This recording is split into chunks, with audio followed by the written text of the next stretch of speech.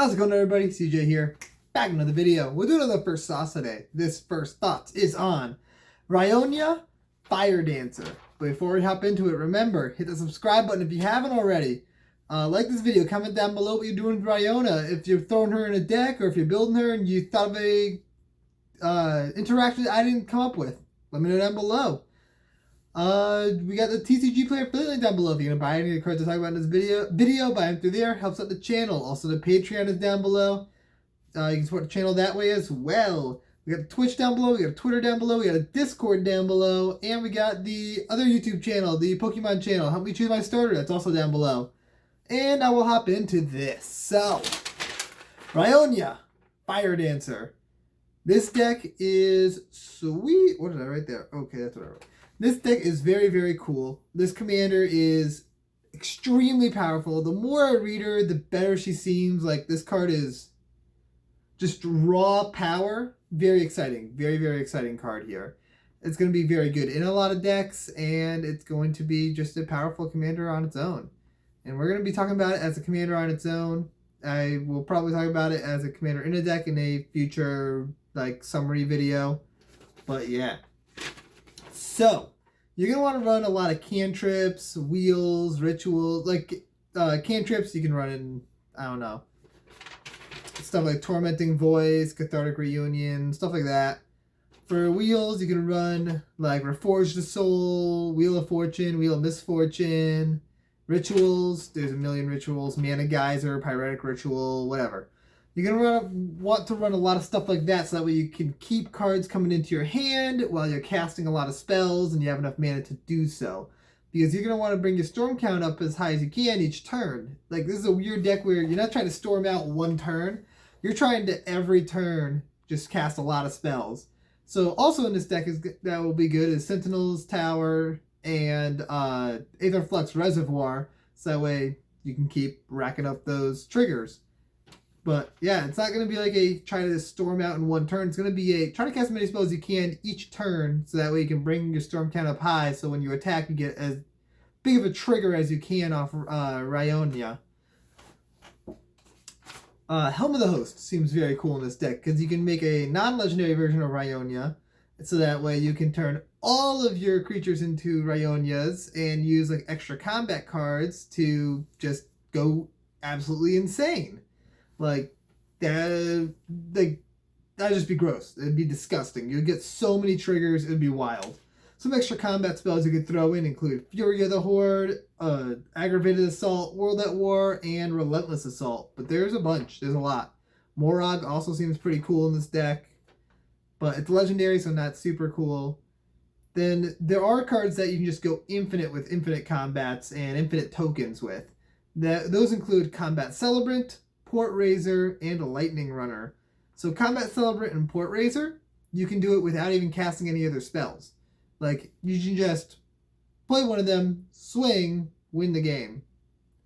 While Lightning Runner, you do need to have, I think it's 4 spells cast, so that way you can make enough Lightning Runners to be able to activate the extra combat ability. But it's not super hard. And all those just game winning. You can throw in Sundial the Infinite, so that way these tokens don't get exiled, which is a huge bonus. Like, it's very much like an Obeka type of card there. You can just, like, this card would actually be sweet in Obeka, but you can tap Sundial the Infinite when the exile the tokens trigger is on the stack. And so you go to your end step, you have the exile the tokens at the beginning of the next end step, trigger hits the stack. While it's on the stack, you tap the, whatever it's called, the Sundial the Infinite, to end the turn. That'll remove everything from the stack, and the turn ends. So, doing so means that the trigger is just gone, and it won't come back because the trigger, as far as Rionya knows, those tokens are done. So, you get to keep the tokens forever. That seems great.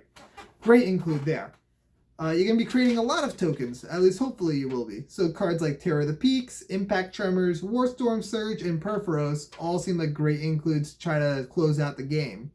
Mirage Mirror also seems like a really cool card because you can copy any creature on the battlefield, even one of your opponent's creatures, so that way when you use Rionya, you can turn all your creatures into all your tokens into one of your opponent's creatures that are like very powerful. Like say you have an opponent with not Thragtusk, what's it called? Oh my god, Terastodon. Say you have an opponent with Terastodon in play. You can make Mirage Mirror Terastodon and then make all your tokens into Terastodons and just blow up a bunch of lands. That seems powerful. Some other just good cards thrown in the deck that you could copy. You've got Inferno Titan, because when you have the attack trigger, you'll be able to lightning bolt a bunch of things and just deal a lot of damage, which seems good. You got Fanatic of Mogus, because all these tokens will enter with technically a devotion to 1 each. So you'll be just creating a lot of devotion and be able to deal a ton of damage very fast, very easily. Bogardan Hellkite, just deal a ton of damage. Same thing as, what's it called? Fanatic of Mogus. You have Combustible Gearhulk, which will let you either draw a bunch of cards or deal a bunch of damage depending on what your opponents choose. And the more you have, the more likely you're going to draw cards, which is key. Blightsteel Colossus, you just win the game. Scourge of Valkus, which will just do a ton of damage. Like a ton of damage. Laughless, you can create a bunch of dragons. The reason why this works really well is because the legend rule does apply, so you'll lose the Laughlesses, but you'll create a bunch of tokens that stick around, and each Laughless will trigger each other Laughless, so you're going to create a lot of tokens. Like a absurd number of tokens. You can use Coercive Recruiter, which will trigger itself and it'll see itself enter and all the other token versions of it enter because they're all pirates. And you can basically insurrection the board, which would be very cool. Also, it combos with Kiki-Jiki, so you can throw Kiki-Jiki in there just for that little win con. Uvara Hellkite. Make a bunch of Uvara Hellkites, swing with all of them, make a buttload of dragons. And your Battlesphere, just to make a ton of mirrors and make a big attackers. Like, that just fills the board very fast. All those are like very powerful cards to include in this deck. Next, we're going to talk about some value cards that you can copy. Dockside Extortionist, you can make an obscene amount of treasure. You can also ramp up the same way with the same way you can use Goldspan Dragon or Emrakkul's Hatcher. Those will create a ton of extra mana for you. You got Solemn Simulacrum to ramp. You got Mindclaw Shaman, so that way you can cast some free stuff, right? That's what Mindclaw Shaman does. Yeah, you get to cast some free stuff from all your opponents. You got Goblin Chain Whirler, deal a ton of damage across the board and to each of your opponents. Seems pretty decent. Also, that's very good with Fanatic of Mogus. You got Wildfire Devils to, again, cast a bunch of free spells. Tectonic Giant to deal a lot of damage or get a lot of spells to cast. And Abbot of Carol Keep, which will give you a lot of free spells, or a lot of spells available to cast. Tectonic Giant and Abbot of Carol Keep give you an impulse draw, which is very nice. And you can also throw in Neheb the Eternal just to create a lot of mana so you can cast stuff in your second main phase. And lastly, I want to talk about Lithoform Engine and Stranic Resonator, because you can use those to copy Ryonya's ability, triggered ability, and just load the board up. Wait, is it? I think the Stranic Resonator is the triggered ability one, right? It's gotta be.